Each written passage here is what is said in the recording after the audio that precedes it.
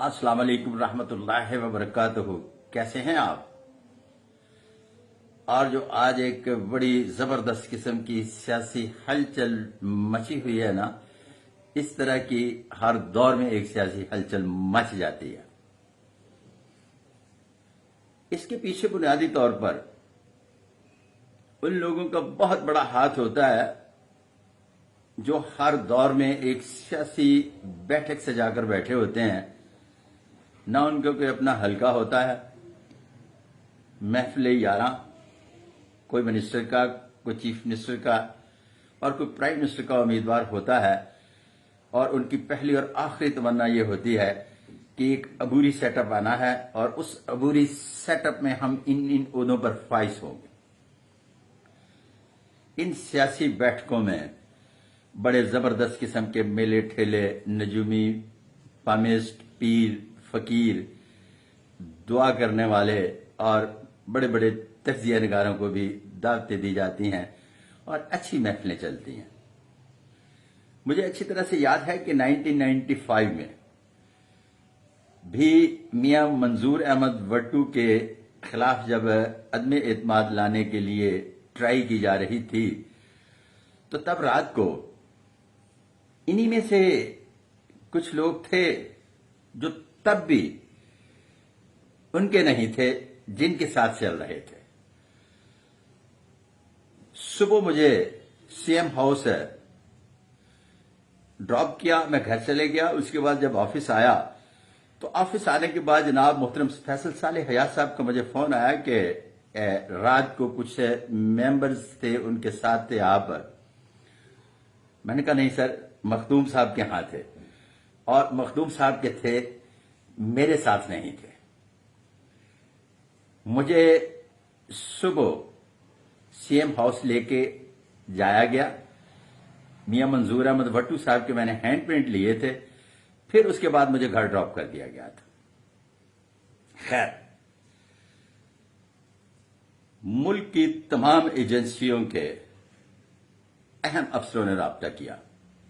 अगले दिन शाम का सिलसिला शुरू होता है तो मोहतरमा बेनजीर भुट्टो इस्लामाबाद से तशरीफ लाती हैं, तो वो सियासी अमायदीन को बुलाया जाता है, तो मखदूम साहब को भी बुलाया गया। मोहतरमा बेनजीर भुट्टो साहबा ने भी पूछा कि मखदूम साहब, रात को वो हमारे सियासी रहनुमा आपके घर थे और उनके साथ एक पामिस्ट भी था।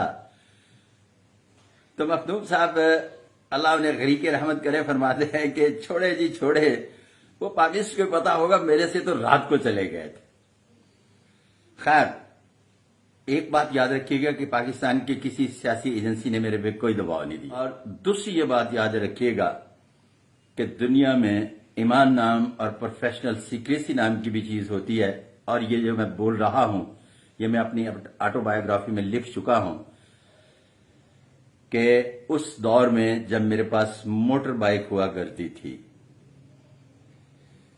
तब 1 करोड़ रुपया और ब्लैक टोयोटा करोला पार्टी के एक अहम रहनुमा ने, जिसका ताल्लुक सियासी एतबार से सियासी लोगों में नहीं कारोबारी लोगों में शुमार होता है, तशरीफ लाए और ऑफर थी कि मैं उन्हें ये बताऊं कि उनके ये सियासी रहनुमा इस वक्त कहां होंगे। और यकीन करें, मेरे मुंह से वो राल टपक गई, लेकिन मैंने अपनी राल पे कंट्रोल किया और खामोश रहा। और फिर उसके बाद मैं ये बताता चलूं कि दिन को 2:30 बजे उनमें से एक सियासी रहनुमा ने जब मेरे साथ राब्ता किया, तो फिर उसके बाद जनाब आफ्ताब अहमद खान शेरपाव की तरफ से भी एक मैसेज मिला था। तो उनके कजन अब्बास खान साहब हुआ करते थे आईजी पंजाब, लेकिन फिर मियां मंजूर वट्टू साहब भी अपना एक जुलूस लेकर मियां साहब के यहां मॉडल टाउन चले गए और उन सियासी रहनुमाओं ने कितने कितने करोड़ रुपया उस वक्त दिया। लेकिन मुझे किसी भी किस्म का कोई दुख नहीं है कि मैंने नहीं लिए। और जब करोड़पति बनने की अलामत मौजूद होती है ना, तो फिर ईमानदारी से भी कोई करता है तब भी बन जाता है, अगर ईमानदारी से कोई काम नहीं करता तो तब भी बन जाता है। لیکن بتانا میں یہ کیا چاہ رہا ہوں،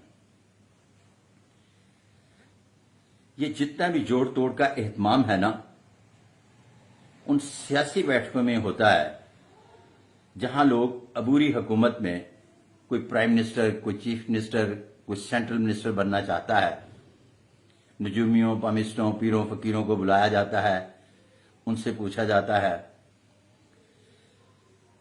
اور پھر مکمل طور پر ان کے ہاں یہ یقین سے کہی جا سکتی ہے بات کہ کوشش کی جاتی ہے ایک بڑے عرصے سے کہ قومی حکومت بنائی جائے، ٹیکنوکریٹ کی گورنمنٹ بنائی جائے، لیکن کبھی ایسا ہوا نہیں۔ پھر اس کے بعد کچھ نہ کچھ ہو جاتا ہے، اور اس ہونے کے نتیجے میں بڑے بڑے سیاسی کھلاڑی جو ہیں وہ اپنی اپنی چال چلتے ہیں۔ کچھ نہ کچھ تھوڑا بہت تو ہوگا، لیکن ایک بات یاد رکھیے گا کہ کچھ کھلاڑی برے سے برے حالات میں بھی کھیلنا جانتے ہیں، اور اس طرح سے کھیلتے ہیں جس طرح سے 5 روزہ ٹیسٹ میچ۔ اس کے ساتھ ہی اپنے دوست صادق محمود ملک دشناس کو اگلی ویڈیو تک اجازت۔ اللہ حافظ۔